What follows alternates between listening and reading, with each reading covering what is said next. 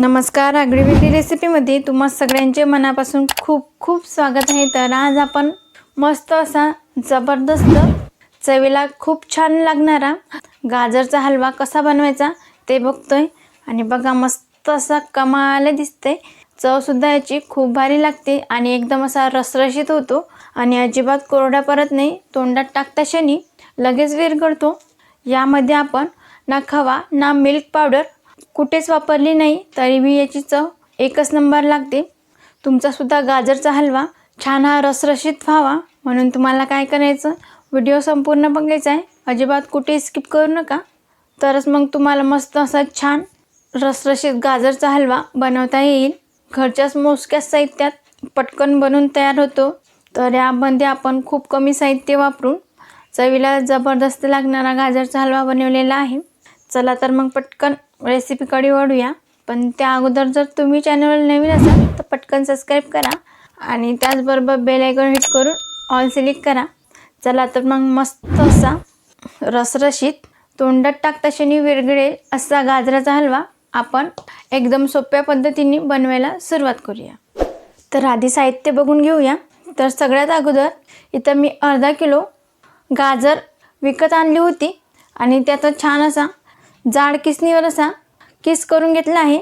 तर वाटीने म्हणा 4 वाटी गाजराचा किस आहे आणि आपल्याला 1 वाटी गच्च भरून साखर लागेल, 1 कप दूध आहे आणि 1 चमचा वेलची पूड लागेल, 2-3 चमचे साजूक तूप सुद्धा लागेल। ते नंतर मी तुम्हाला गाजराचा हलवा बनवताना दाखवते। तर यामध्ये आपण कुठल्याच प्रकारचे मावा मिसळत नाही आहे, तर असाच हा गाजराचा हलवा करणार आहोत। चला तर मग पटकन रेसिपीकडे वळूया। आता इथे कढईमध्ये मी 2 ते 3 चमचे तूप घालून घेतलं आणि आपल्याला हे तूप वितळून घ्यायचं आहे। बघा इथं तूप छान असं वितळलं।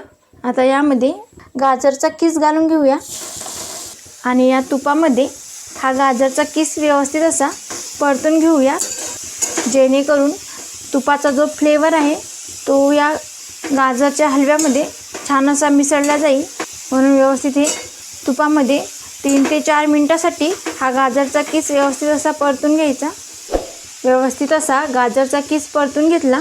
आता यामध्ये आपल्याला साखर घालून घ्यायची आणि त्याचसोबत इथं माझ्याकडे 1 कप दूध आहे, ते सुद्धा मी यामध्ये घालून घेते। आता साखर यामध्ये चांगली आपल्याला विरघळून घ्यायची। आता साखर विरघळेपर्यंत आपल्याला हा गाजराचा किस हलवून घ्यायचा। आता इथं तुम्ही बघू शकता छान ही साखर या गाजरासोबत व्यवस्थित अशी मेल्ट झाली आहे। आता आपल्याला काय करायचं, तर यावर मी एक प्लेट झाकण ठेवते आणि गॅस एकदम मंद आचेवर करून घेते। आता 10 मिनिटासाठी हा गाजराचा हलवा झाकण ठेवून शिजून घ्यायचा आहे। आता इथे जवळपास 10 मिनिटं झाली आहे, झाकण उघडून बघूयात आणि तुम्ही बघू शकता मस्त असा गाजरचा हलवा छान दिसत आहे। आता इथे मी 15 मिनिटे व्यवस्थित असा हा गाजरचा हलवा शिजून घेते। आता इथे ऑलमोस्ट 15 मिनिटं झाली आणि तुम्ही बघू शकता हलवासुद्धा छान शिजला आहे आणि यातील पाणीसुद्धा व्यवस्थित असं आटलं आहे, तुम्ही बघू शकता। आणि या हलव्यालासुद्धा रंग एकदम असा सुरेख आला आहे। आता यामध्ये आपण 1 चमचा वेलची पूड घालूया आणि ही व्यवस्थित अशी मिक्स करून घ्यायची। आता यामध्ये आपण थोडे ड्रायफ्रूटचे काप घालूया। इथं माझ्याकडे काजू बदामचे तुकडे आहे, हे मी घालून घेते यामध्ये आणखी एकदा मिक्स करून घेऊया। सुगंधही खूप छान येत आहे। हिवाळ्याच्या सीझनमध्ये भरपूर साऱ्या प्रमाणात गाजर बाजारामध्ये उपलब्ध असते आणि मस्त असे फ्रेश मिळतात। तर आपण मस्त असा गाजरचा हलवा बनवून खाऊ शकतो, चवीला खूप छान लागते। आता इथं आपला गाजरचा हलवा बनवून तयार आहे, तुम्ही बघू शकता छान असा रसरशीत झाला आहे आणि एकदम कुठेच असा कोरडा पडला नाही।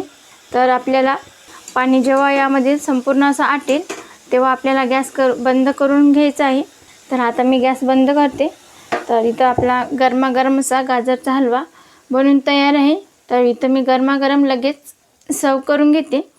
तुम्ही बघू शकता मस्त असा छान गाजरचा हलवा इथं बनवून तयार आहे। तुम्हाला हवा असेल तर तुम्ही असा गरमागरम खाऊ शकता किंवा मग थंड झाल्यावर सुद्धा खाऊ शकता। चवीला खूप छान लागतो आणि अतिशय असा पौष्टिकसुद्धा आहे. आणि तुम्ही बघू शकता किती छान झाला आहे आणि एकदम असा रसरशीतसुद्धा झाला आहे. अजिबात कोरडा पडला नाही आणि मस्त असा कमाल दिसतंय बघा.